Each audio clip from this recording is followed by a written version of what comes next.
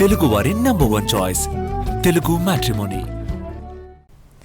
ఏపీలో super speciality ఆసుపత్రులు ఇవాళ బెజవాడలో మహాధర్నాకు రెడీ అయ్యాయి. ప్రభుత్వం వెంటనే బకాయిలు విడుదల చేయాలని ఇప్పటికే ఎన్టీఆర్ వైద్య సేవలు నిలిపివేసిన యాజమాన్యాలు 250 కోట్లు విడుదల చేసినా ససేమిరా అంటున్నాయి.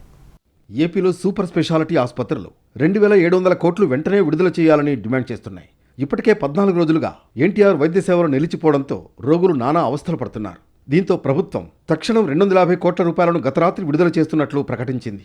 అయినా ఇవాళ విజయవాడ ధర్నా చౌక్ వద్ద చేపట్టబోయే మహాధర్నాను ఆపేది లేదని సూపర్ స్పెషాలిటీ ఆసుపత్రులు స్పష్టం చేశాయి. పూర్తి బకాయిలు చెల్లించే వరకు ఆందోళన కొనసాగుతుందని అంటున్నాయి. వీటితో పాటు పలు కీలక డిమాండ్లు చేస్తున్నాయి. యూనివర్సల్ హెల్త్ కవరేజ్ అమలు నిర్ణయాలు తీసుకోవడంలో స్పెషాలిటీ ఆసుపత్రులను భాగం చేయాలన్నది వారి డిమాండ్. అలాగే స్పెషాలిటీ ఆసుపత్రుల అసోసియేషన్తో చర్చించిన తర్వాతే యూనివర్సల్ హెల్త్ కవరేజ్ అమలుపై నిర్ణయం తీసుకోవాలని కోరుతున్నాయి. ఇక ఎన్టీఆర్ వైద్య సేవ ప్యాకేజీల రేట్లు ద్రవ్యోల్బణం ఆధారంగా పెంచాలని, కేంద్ర ప్రతిపాదిత ఆరోగ్య సేవా స్కీమ్లతో సమానంగా ప్యాకేజీ రేట్లు ఉండాలని అంటున్నారు. ప్రస్తుతం ప్యాకేజీ రేట్లు 30 నుంచి 40% తక్కువగా ఉన్నాయన్నది వారి మాట.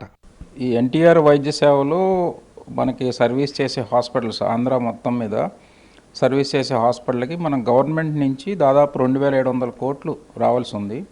ఆరోగ్యశ్రీ ట్రస్ట్ సీఈఓతోనూ స్పెషల్ చీఫ్ సెక్రటరీ కూడా సంప్రదింపులన్నీ జరిపినప్పటికీ ఒక నిర్దిష్టమైన ప్రణాళిక కానీ ఒక అష్యూరెన్స్ కానీ ఇవ్వకపోవటం వల్ల తప్పనిసరి పరిస్థితుల్లో మనం ఇది చేయాల్సి వచ్చింది. ఇప్పటికే ఓపీ సహా అన్ని సేవలు నిలిపివేశాయి స్పెషాలిటీ ఆసుపత్రులు.